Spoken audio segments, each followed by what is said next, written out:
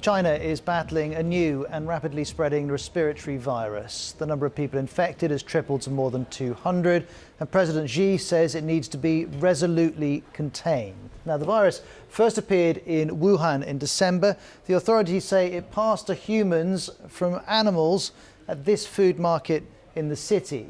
But if it began in Wuhan, then there were cases recorded in Beijing, Shanghai and Shenzhen. We also know South Korea and Japan have confirmed one case each, and there are 2 confirmed cases in Thailand. 3 people have died from pneumonia, which has been caused by the virus. Well, we had this update earlier from the China National Health Commission confirming the virus has passed person to person and has infected some medical staff. We also heard from the spokesman for the China Foreign Ministry today who called the outbreak an epidemic. Well, the virus is understood to be a new strain of coronavirus. Here's one expert to help us understand that. Coronaviruses come in different forms. They can be as mild as just causing a common cold, but SARS is also a coronavirus, and those of us who work in public health have a sort of reflex fear when we see that a coronavirus is emerging. Also today, the World Health Organization says it will convene an emergency committee of what it calls the novel coronavirus. That will happen on Wednesday, the 22nd of January, 2 days' time. Now, the WHO isn't recommending any restrictions on travel or trade, but it does have some advice if you're in affected areas. That includes clean hands with soap, water or alcohol-based hand rub, and it says avoid unprotected contact with wild or farm animals. Now, next I want to show you this, because for the last week, China has been using these infrared thermometers at airports, railway stations and coach stations in Wuhan. Passengers with fevers are being registered, given masks and taken to medical facilities. But there's a challenge. Here's another expert on why it's much easier to identify people who may have the virus when they're on the move than when they're in their hometowns.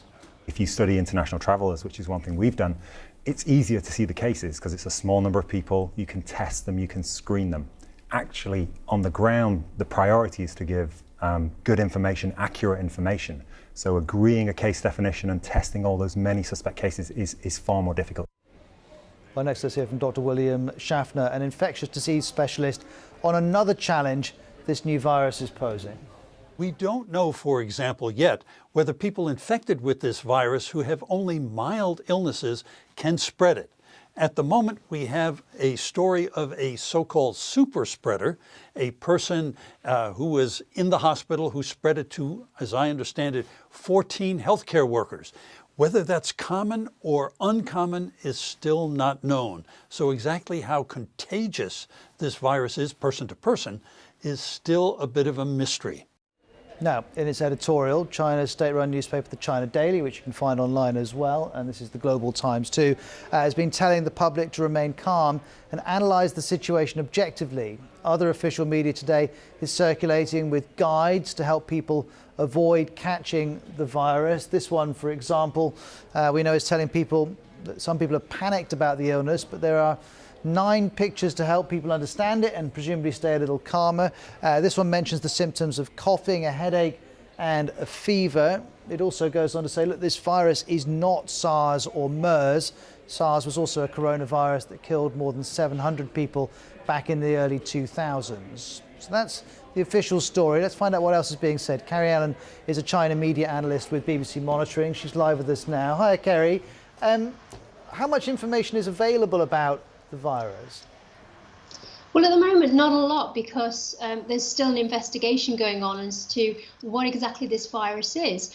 So this has been one of the big questions that's been coming out online amongst people. I mean, at the moment, a lot of people aren't working. They're traveling home to see their families for Spring Festival. And so they're asking a lot of questions online. They're asking, can it be transmitted person to person? Do I need to take extra precautions? Should I even stay at home? So there is a lot of fear coming out online from people throughout China, and especially today, now that cases have gone beyond Wuhan in a central city in China to other major cities like Beijing and Shenzhen and Shanghai. So these are big cities with a huge population and a lot of people traveling through.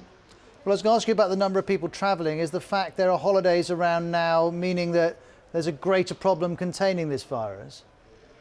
Yes, absolutely, and that's been one of the biggest criticisms online. So when the travel season begun, it was announced that there was an expected 3 billion journeys that would take place this year in China during Spring Festival. So that involves plane, train, everywhere. Everybody travels during this period, and when cases started coming out in Thailand, South Korea today, and Japan, people were asking, well, how come we're only hearing about cases in Wuhan? So there was also questions online from people about whether there were cases that the government wasn't necessarily releasing yet. So that's today been one of the big talking points, now that beyond Wuhan, we are hearing about other cases.